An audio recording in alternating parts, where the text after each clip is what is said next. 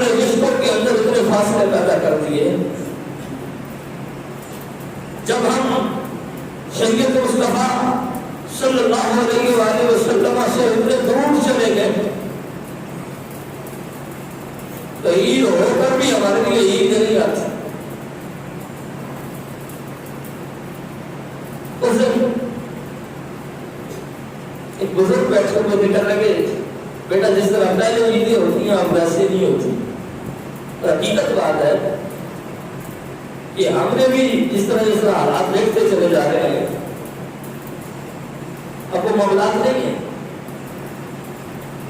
پہلے بچا لیں گے کہ عید کی نماز پڑھنے کے لیے آئے ہیں تو جب تک اپنے اگر کسی کے ساتھ کوئی معاملات ہیں بھی تو مسجد میں اس کو گلے لگا کر مصافحہ کر کے وہ ساری جو شکایات تھی شکوے سے دور کر کے چلے جاتے تھے. لیکن آج امام کا سلام بعد میں کرتا ہے ہمارے ہاتھ میں جوتے پہنے ہوتے ہیں. ہم ایک دوسرے سے مصافحہ کرنا جو حضور کی سنت ہے اس سنت سے بھی جڑا. آج ہر کوئی اس چکر میں ہے کہ میں یہ کیوں کروں,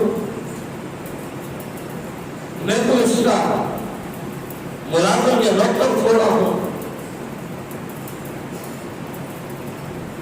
لیکن میرے بھائیوں یہاں بات نوکری اور ملازمت کی نہیں, یہاں بات مسلمان کے کردار کی ہے. ہم کو مسلمان ایک اوپر والا درجہ ہے, مسلمان سے پہلے انسان ہے, پھر مسلمان صاحب ایمان ہے. ہم کو ابھی تک اپنے آپ کو صحیح انسان بھی نہیں بنا سکے کہ جس پر لفظ انسان صادق آئے ہم اپنے آپ کو مسلمان کس منہ سے کریں. تو یہ جو رشتوں کے اندر دوریاں ہیں, یہ جو دوستیوں کے اندر منافقت ہے, یہ جو ایک دوسرے کے ساتھ رہ کر بھی کوسوں میل ہم دور رہتے ہیں, یہ عید کی خوشیوں کو نگلے گی نہیں تو اور کیا ہوگا. وہ لوگ کہنے لگے آپ کو عید کے معاملات نہیں رہے, عید کی وہ خوشیاں نہیں رہی.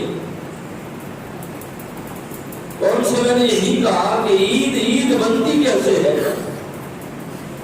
اور عید کو عید بنایا کس طرح جاتا ہے.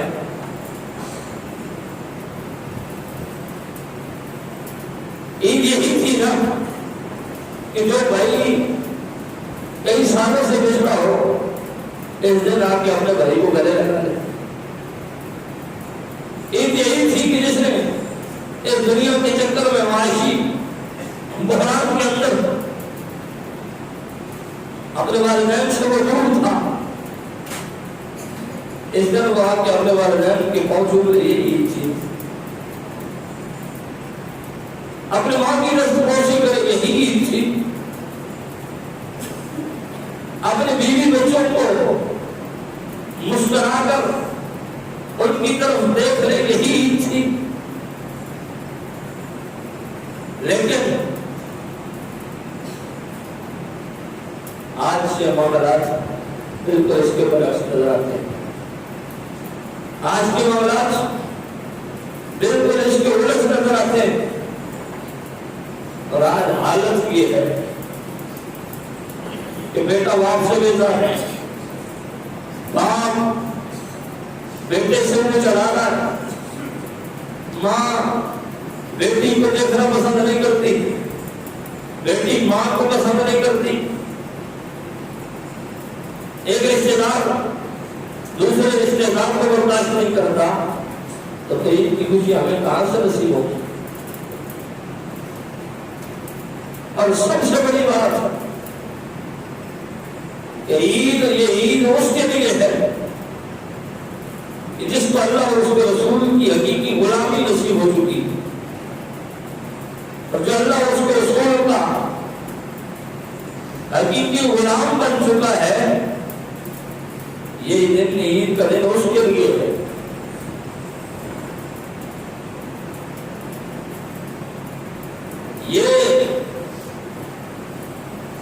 جس کو مثال یار نصیب ہو چکا ہے، یہ دن عید کا دن اس کے لیے ہے۔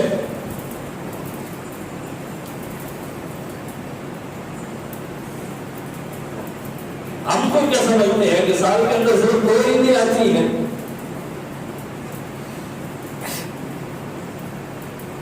جس دن اہل ایمان اور اہل اسلام انہوں نے اپنے رب کو اور رسول کو منا لیا، وہ دن ان کے لیے عید کا دن ہی ہے۔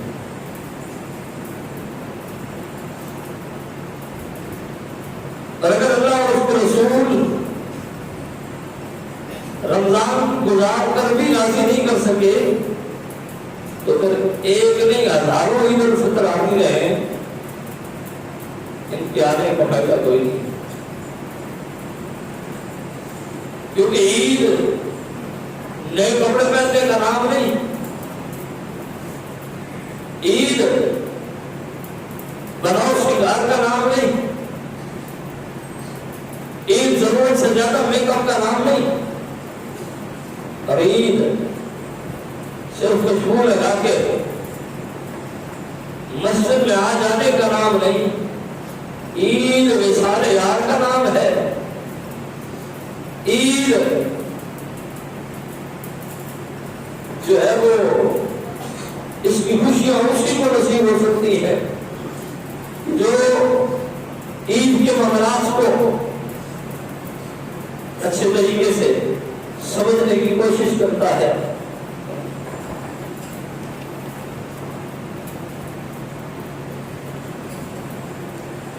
تو عید کی خوشیاں یہ اس کے لیے ہے کہ جس کو یہ سعادتیں، یہ برکات اور یہ معاملات سارے نصیب ہوتے ہیں۔ میں نے رمضان کے مہینے میں بھی آپ سے ہاتھ جوڑ کر گزارش کی تھی، جمعۃ الوداع کے موقع پر روزانہ جو فجر کے ٹائم درس ہوتا تھا چاہے بغیر اس میں بھی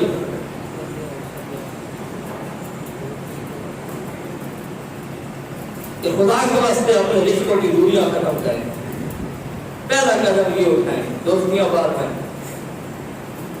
رشتوں کی دوریاں ختم کریں۔ اور رشتوں میں سے بھی جو پہلا رشتہ ہے باپ بیٹے کا رشتہ ہے، ماں بیٹے کا، ماں بیٹی کا رشتہ ہے۔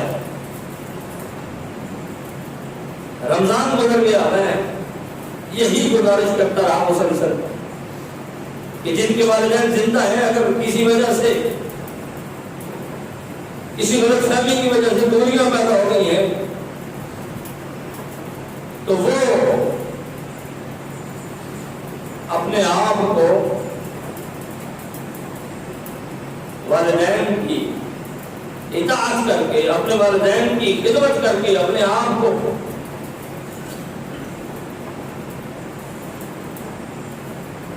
اور اپنے دل کو مطمئن کریں۔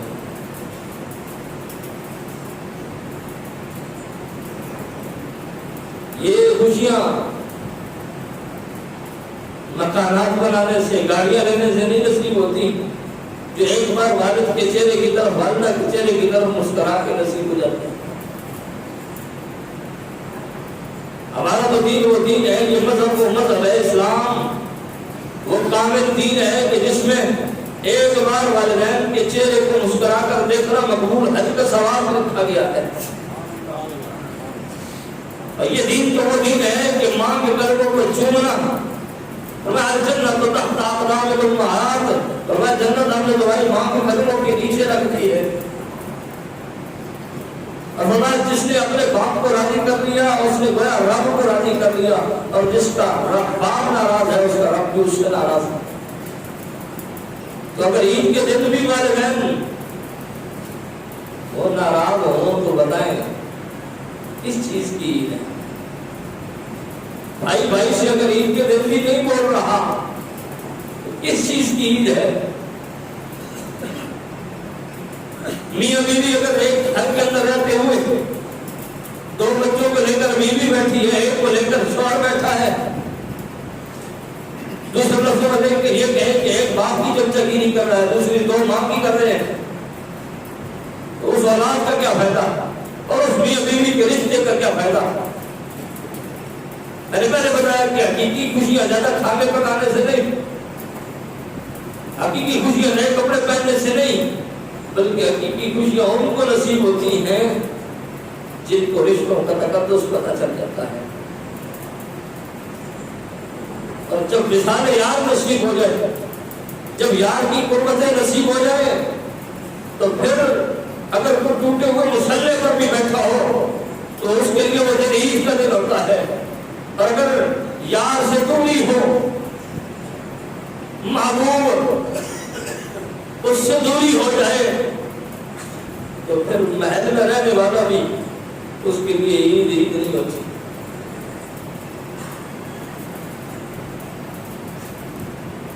حضور کے صحابہ کرام عید الفطر مناتے تھے، عید الاضحیٰ بھی مناتے تھے،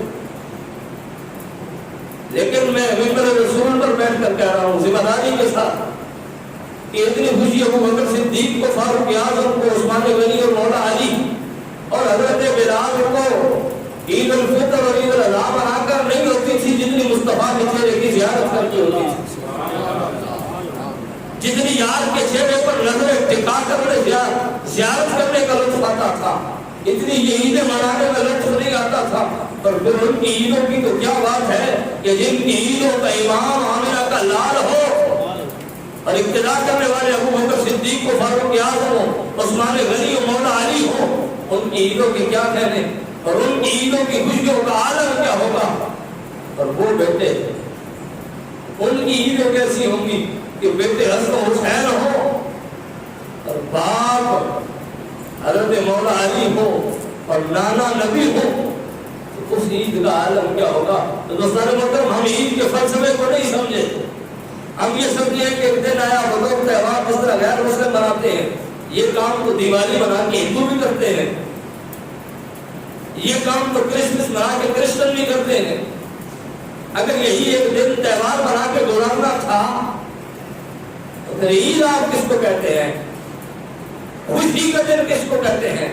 اسلام نے جس کو خوشی کا دن قرار دیا ہے وہ یہ کہ سارے رشتوں کا تقدس اور خیال رکھنے والا جس کو یہ نصیب ہو جائے اس کے لیے عید کا دن۔ میں آخری بات کر کے بس اپنی بات کو سمیٹوں گا، پھر آپ کو اعلانات اور دیگر جو معاملات ہیں اس حوالے سے آپ حضرت پیر پٹھان شہنشاہ توسا آپ کی گلیوں کے اندر ایک بیٹھ کر وہ فقیر بھیک مانگ رہا تھا،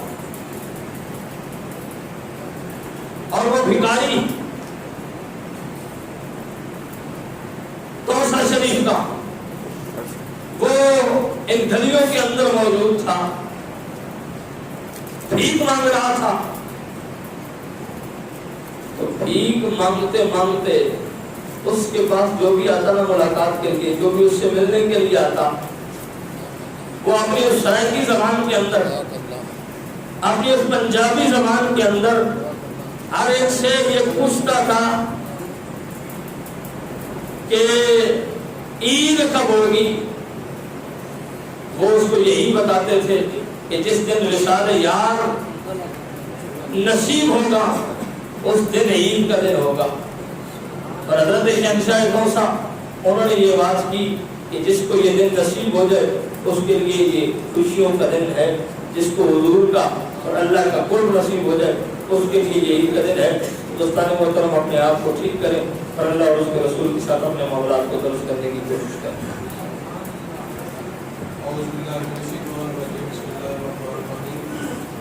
تمام بزرگوں کو، بھائیوں کو، تمام بچوں کو میری طرف سے شباب کا نام مبارک۔ تو یہ چلنے کے لیے سب سے پہلے آتے جو مسجد میں چلنے کے لیے آئے، اور آگے والا جو قاری صاحب